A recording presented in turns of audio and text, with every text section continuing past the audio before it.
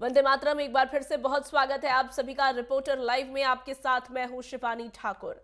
देश से लेकर दुनिया तक राजनीति के गलियारों की हर खबर और हर उस बड़ी खबर पर हमारी पैनी नजर है। हमारे इस खास कार्यक्रम में शहर शहर से हमारे साथ रिपोर्टर जुड़ेंगे और हम उन बड़ी खबरों पर तमाम अपडेट लेंगे। और इसी कड़ी में सबसे पहले आपको बहराइच लेकर चलते हैं, जहां से हमारे सहयोगी अनिरुद्ध मिश्रा हमारे साथ जुड़े हैं। अनिरुद्ध, बहराइच में आज क्या कुछ खास होना है, क्या बड़ी जानकारी आपके पास? जी, बिल्कुल। आज जैसे बहराइच से जो बड़ी खबरें निकल के आ रही हैं, जैसे एक भेड़िए का हमला सुनने में आया है। और ये जो भेड़िए का हमला है, ये थाना कैसरगंज क्षेत्र के मांझारा तौकली के लुनियनपुरवा में एक 5 वर्षीय बालक अपने घर में मड़ैया में सो रहा था। तभी एक जीव, जंगली जीव, जिसको परिजन ने भेड़िया बताया, उसने हमला कर दिया, बच्चे को नोच लिया। और बच्चा गंभीर हालत में, उसको परिजन नजदीकी स्वास्थ्य केंद्र ले गए और वहां से उसकी हालत गंभीर होके उसको मेडिकल कॉलेज रेफर कर दिया, जहां उसका इलाज चल रहा है। उसकी मां ज्ञान देवी ने बताया कि थाना कैसरगंज क्षेत्र के लुनियनपुरवा में गन्ने के खेत हैं, वहां से जंगली जीव भेड़िया, जिसको बता रही हैं, वो निकल के आया और उसने हमला कर दिया। तो अभी तक जैसे कि थाना कैसरगंज क्षेत्र में आज की ये बड़ी खबर है, जिसको लेकर जंगली जीव का हमला जनपद में हुआ है। तो अनिरुद्ध, एक बार फिर से ये इस तरीके की घटना सामने आई है। ये पहली घटना नहीं है और शायद जिस तरीके का प्रशासन और वन विभाग का रवैया है, आखिरी घटना भी ना हो। लगातार इस तरीके की घटनाएं सामने आती रहती हैं, खबरें सुनते रहते हैं हम। क्या वन विभाग की तरफ से, प्रशासन की तरफ से कोई पुख्ता कदम नहीं उठाए जा रहे? और ग्रामीणों का क्या कहना है इस बारे में? एक के बाद एक लोग निवाले बनते जा रहे हैं, बुरी तरह घायल हो रहे हैं इस तरीके के वन्य जीव और मानव संघर्ष में। पुलिस प्रशासन की तरफ से क्या कुछ कहा जा रहा है और वन विभाग क्या अपनी जिम्मेदारी समझ रहा है? जैसा कि मतलब हमला लगातार हो रहा था उस तरफ, अगर कुछ महीने पहले बात करें तो लगातार हमला हुआ, जिसमें 11 लोगों की जान गई, जिसमें 10 मासूम बच्चे थे। तो ऐसे में अगर देखा जाए तो हमला बीच में बंद हो गया था और हम्म। हमले नहीं हो रहे थे। तो इस तरीके से कुछ राहत की सांस ग्रामीणों ने ली थी, लेकिन अभी ये कल इतने दिनों के बाद ये फिर अचानक सा एक हमला आया, जिसको ग्रामीणों ने भेड़िया बताया। उसकी माँ ज्ञान देवी ने बताया कि जैसा कि बच्चा सो रहा था और जब भेड़िया आया तो उसने बच्चे पे हमला कर दिया। चीख पुकार सुनकर हम लोग दौड़े और भेड़िया गन्ने की खेत में भाग गया। तो जैसे कि वन विभाग लगातार ड्रोन कैमरे से निगरानी कर रही है, ये दावा कर रही है कि हमारे टीम गठित है, लगातार जंगली हिंसक जानवरों की खोज में है। तो अगर वहीं वन विभाग डेफो द्वारा जब फोन पर द्वारा बात की गई, तो उन्होंने इस हमले को कुत्ते का हमला बताया, कि कुत्ते का हमला है। और बाकी जांच की जा रही है, कहीं भेड़िए का निशान नहीं पाया गया है।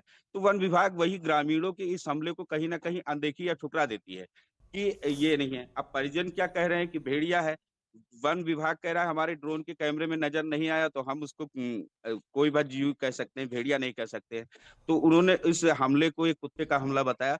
और फिर उसके बाद जिस तरीके से उन्होंने बताया कि बाकी हम लोग जांच कर रहे हैं, अगर उसमें कोई हमला होगा तो बाकी और वन उसकी विभाग का रेस्क्यू ये किया। रवैया कहीं ना कहीं दुखद है, क्योंकि लोगों को संघर्ष करना पड़ रहा है, परेशानियों का सामना करना पड़ रहा है।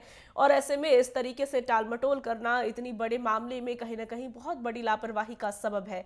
फिलहाल आगे बढ़ेंगे और अजहर हुसैन के पास चलते हैं, हमारे साथ लगातार बने हुए श्रीनगर से। अजहर, जम्मू कश्मीर में आज क्या कुछ खास होने वाला है? सवाल ये भी रहेगा कि सूत्रों के हवाले से खबर सामने आई कि राजधानी दिल्ली एक बहुत बड़े आतंकी साजिश के रडार पर है और लश्कर का नाम निकल के सामने आ रहा है। इस बाबत भी कोई जानकारी आपके पास? देखिए, जम्मू कश्मीर के अहम खबरों की ओर बात करें, अगर हम सबसे पहले बात करें, जिस तरीके से आपने कहा कि एक बार फिर दिल्ली को एक बार फिर चेतावनी मिली है लश्कर की ओर से कि यहाँ पे बम धमाका हो सकता है। लेकिन ये पहली बार हमने नहीं देखा कि जब भी कोई बड़ा अवसर होता है, चाहे होली हो, त्योहार हो या कोई भी बड़ा अवसर होता है, तो आतंकियों की ओर से जो है मेल जो है वो रिसीव होते हैं। लेकिन उसके बाद में जो सक्रिय हमारी सिक्योरिटी फोर्सेस है, तो उनकी जानिब से उसका बाज़ाब्ता तौर पे उसका जो है रिएक्शन बाज़ाब्ता तौर पे दिया जाता है। और रिसेंटली जिस तरीके से जो बाकी चीजें हुई है पर्टिकुलरली दिल्ली में, तो इस हवाले से आप देख सकते हैं। अगर जम्मू कश्मीर के बाकी अहम खबरों की अगर हम बात करें, लगातार अगर हम पीर की गली यानी मगर रोड की बात करें, तो यहाँ पे लगातार जो है फरवरी का महीना है, क्योंकि अभी कश्मीर में जो है विंटर का सीजन चल रहा है, लेकिन इस बीच जो है पहली बार बीआरओ की जानिब से यहाँ पे जो है गाड़ी चलाई गई, यानी रोड खोला गया। ये पहली बार देखा गया कि फरवरी के इस महीने में पीर की गली यानी मुगल रोड को ओपन किया गया। तो कहीं ना कहीं बीआरओ की अंतकोशियों की बाद में ये रोड जो है इस पे जो है बर्फ हटाई गई और उसके बाद इस रोड को खोला गया है। अगर हम दूसरी खबर की अगर हम बात करें, 2019 से लेकर अभी तक लगातार जो है घाटी या जम्मू कश्मीर में जो है बदलता एक नया कश्मीर वो साफ तौर पे दिख रहा है। हम देख रहे हैं कि लगातार सिक्योरिटी फोर्सेस या सेना की जानिब से ऑपरेशन चलाए जा रहे हैं ताकि यहाँ पे जो आतंकी है या आतंकी समर्थन है उसका यहाँ पे खात्मा करने के लिए। अब हमारे UP state head Raghavendra Pratap Singh हमारे साथ लगातार बने हुए हैं। राघवेंद्र जी, उत्तर प्रदेश में आज क्या कुछ खास होने वाला है? मुख्यमंत्री योगी आदित्यनाथ का गोरखपुर दौरा है और इसके अलावा कल प्रधानमंत्री जिस तरीके से मेरठ पहुंच रहे हैं, वहां भी तैयारियों का जायजा लेने के लिए मुख्यमंत्री पहुंचेंगे। इन तमाम प्रकरणों के इर्द गिर्द और भी तमाम बड़ी खबरों का जिक्र करेंगे।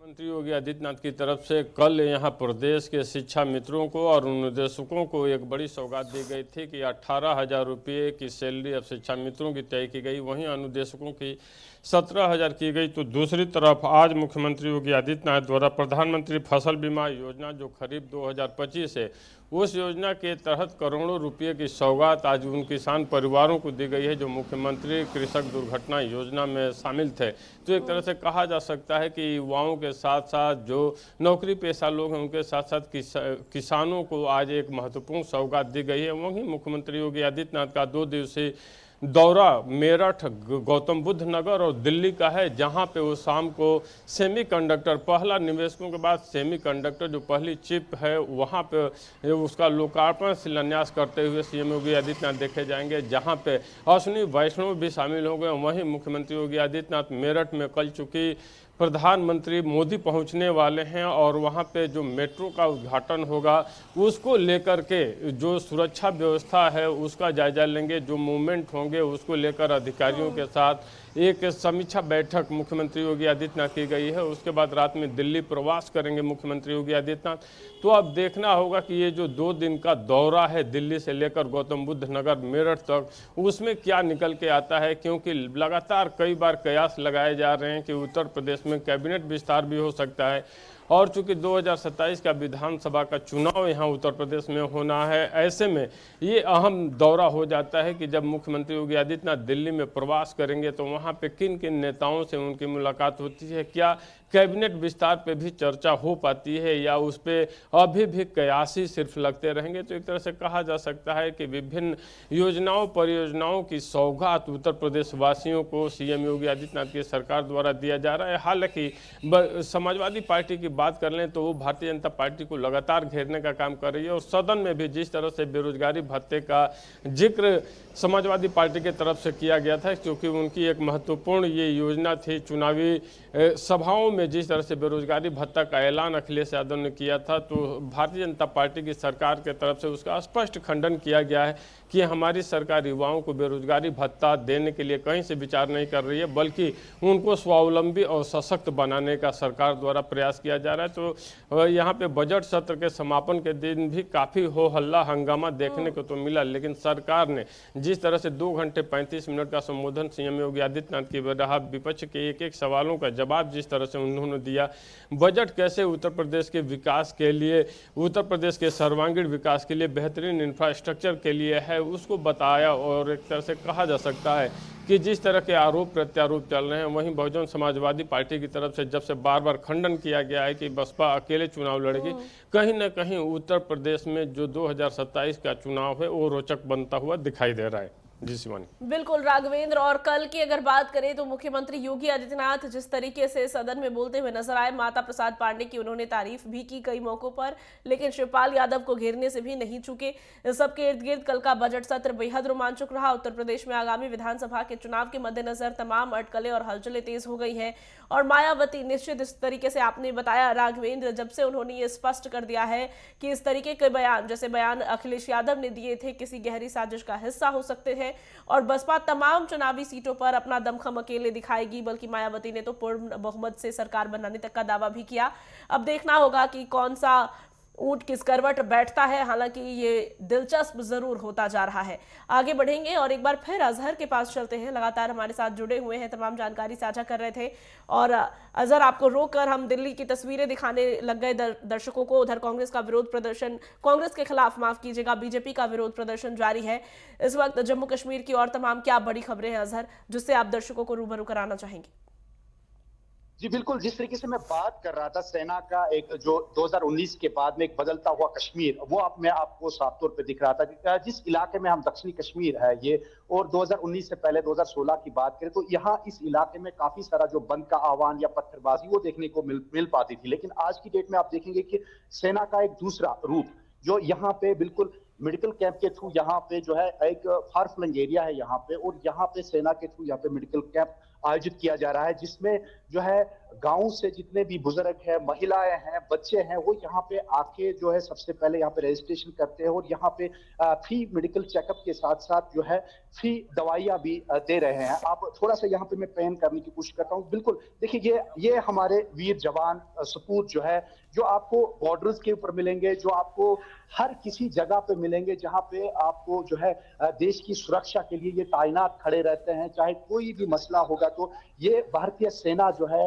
वो वहां पे खड़े देखने को मिलते हैं। लेकिन आप यहाँ पे देख सकते हैं किस तरीके से जो यहाँ पे भारतीय सेना है लोगों की मदद करते हुए यहाँ पे दिख रही है। साफ तौर पे यहाँ पे बुजुर्ग है और इसके साथ साथ कुछ महिलाएं हैं, बच्चे हैं, जो बिल्कुल यहाँ पे अभी फ्री मेडिसिन जो है यहाँ पे ले रहे हैं। यहाँ पे एक शख्स है, इनसे बात करने की कोशिश करते हैं। क्या नाम कट आहे होतं सिनगैम पर ये क्या क्या करू क्या वो का क्या वो अच्छा दवा रोटू जिस ये वंक्यू कि मतलब ये जवान किस व्यवहार शीतन ये कुछ ये बाकी चीज मामला क्या शीतन होती।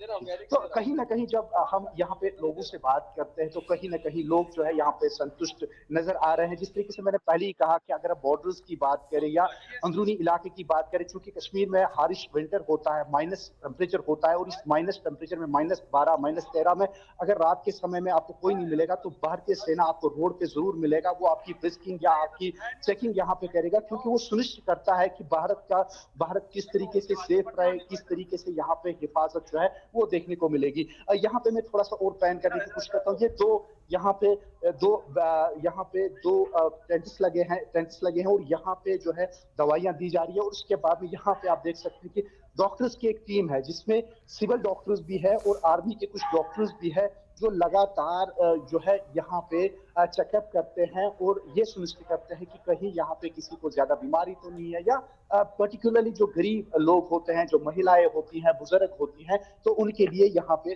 दवा जो है वो मुहैया रखी जाती है। तो कहीं ना कहीं इस कदम को लेके भी जो स्थानीय लोग हैं वो भी भारतीय सेना के इस कदम को काफी सराहते हुए और उन्होंने भी भारतीय सेना का यहाँ पे शुक्रिया अदा किया है। तो कहीं ना कहीं जिस तरीके से मैं तज़किरा कर रहा था 2019 से पहले की बात कर रहा था, इस इलाके में काफी सारा जो आतंकी का माहौल था वो यहाँ पे देखने को मिल पाता था। लेकिन उसके बाद में जो समय बीतता गया और उसके साथ साथ हम देख रहे हैं कि भारतीय सेना की जानिब से किस प्रकार से यहाँ पे हर एक क्षेत्र में जो है एक तो आतंकी का खात्मा किया गया, दूसरा ये कि अवाम के तई किस तरीके से उन्होंने अपना दोस्ताना माहौल जो है वो पैदा किया और अवाम की खिदमत के लिए वो यहाँ पे पेश रहे हैं। बिल्कुल अजहर, और वैसे तो भारतीय सेना के जवान लोगों की सेवा में हमेशा और हर जगह तत्पर रहते हैं, लेकिन जब जम्मू कश्मीर से इस तरीके की खबरें सामने आती है, ये तस्वीरें सामने आती है, खास करके उन स्थानों पर जहां तस्वीरें कुछ और हुआ करती थी कुछ साल पहले, तो वो और भी सुखद होता है देखना। अजहर, इस सब के बीच किस तरीके से घाटी में कल एक खबर सामने आई, कुछ आतंकियों के छिपे होने की खबर सामने आई, जिसको लेकर सर्च ऑपरेशन चलाया गया, आईईडी बरामद किया गया, जिसका जिक्र आप भी कल कर रहे थे अपनी रिपोर्ट में। इन सब के बीच उस दिशा में क्या सुरक्षा बलों की तरफ से कोई जानकारी साझा की गई है? क्या घाटी में सब कुछ सही है? देखिए, लगातार सिक्योरिटी फोर्सेस की ये सबसे पहले ये कोशिश रहती है कि वो किस प्रकार से जो जम्मू कश्मीर में जो है सुरक्षा को यहाँ पे कामयाब बनाए। जिस तरीके से हमने देखा कि कल ही नॉर्थ कश्मीर के बारामूला इलाके में क्या है कुछ ही दिनों में जो है 2 आईडीज बरामद हुए, जिसमें जो है फौज की जानिब से जो पेट्रोलिंग की जा रही थी वहां से, तो वहां पे एक संदिग्ध बैग पाया गया। तो उसके बाद में जब सर्च अभियान शुरू कर दिया गया तो डीडीएस की टीम भी वहां पे पहुंची और वहां पे देखा गया कि उस बैग में एक आईडी थी और उसको बाद में जो है नाकारा भी बना दिया गया। लेकिन कहीं ना कहीं सिक्योरिटी फोर्सेस की एक चौकन्सी यहाँ मैं बताना चाह रहा हूँ, एक बड़ा हादसा हो सकता था कल अगर वो आईडी जो है उसकी वहां पे छानबीन नहीं की जा सकती। बिल्कुल। लेकिन ये मैं बताता चलूं कि रात के 12:30 बजे, जिस तरीके से मैं अभी टाइम की बात कर रहा था कि विंटर चल रहा है और रात में यहाँ पे तकरीबन -3-4 पे, हालांकि आज तापमान बिल्कुल नॉर्मल है, लेकिन इससे पहले जो है तापमान -13 -14 तक चला जाता था। लेकिन रात के समय 12:30 बजे के करीब जब पेट्रोलिंग पार्टी वहां से गुजरती है तो वहां पे एक संदिग्ध बैग दिखता है कूड़ेदाने में, तो उसके बाद में उस बैग को वहां पे निकाला जाता है। तो आप ये आशंका लगाई जाए कि किस तरीके से जो सिक्योरिटी फोर्सेस है वो किस तरीके से रात बिल्कुल दिन पूरी करके तत्परता से घड़ी के हर एक चक्कर के साथ यहाँ सेना के जवान अपने सर्विलांस और सर्च ऑपरेशन को जारी रखते हुए नजर आ रहे हैं। चप्पे चप्पे पर निगरानी की जा रही है, हर एक संदिग्ध व्यक्ति, हर एक संदिग्ध वस्तु की जांच की जा रही है और ऐसे में पूरी कोशिश है सुरक्षा बलों की कि किसी भी तरीके की घटना जम्मू कश्मीर में, किसी भी तरीके की साजिश को अंजाम देने में कोई भी सफल ना हो। हालांकि राष्ट्रीय राजधानी दिल्ली को लेकर जो खबर सामने आई और जिस तरीके से लश्कर का नाम सामने आया है, कई मंदिरों को भी बताया जा रहा है कि लश्कर के निशाने पर है, वो जरूर चिंता का सबब है। हालांकि सुरक्षा बल लगातार उस दिशा में भी काम कर रहे हैं। वहीं उत्तर प्रदेश में भी सियासी सरगर्मियां तेज हैं और विधानसभा चुनाव के इर्द गिर्द ही हर एक कदम तमाम राजनीतिक पार्टियों का दिखाई दे रहा है। हर कोई अपना वोट बैंक साधने की कोशिश कर रहा है। अब देखना होगा कि किसका सिक्का वहां चमकता है। कई कार्यक्रम भी होने हैं, मेरठ से लेकर के ग्रेटर नोएडा तक मुख्यमंत्री की मौजूदगी होगी। बात करें अगर बहराइच की तो वहां से हमारे सहयोगी अनिरुद्ध जुड़े थे और लगातार वहां पर वन्य जीव और मानव के बीच का संघर्ष जारी है और वहां से वन विभाग और प्रशासन की जो रवैया है लोगों के प्रति वो कहीं ना कहीं हम नहीं कह सकते कि सकारात्मक है। उस दिशा में और भी अधिक काम होने की जरूरत है। बहुत शुक्रिया आप सभी का हमारे साथ जुड़ने के लिए, दर्शकों से तमाम जानकारी साझा करने के लिए।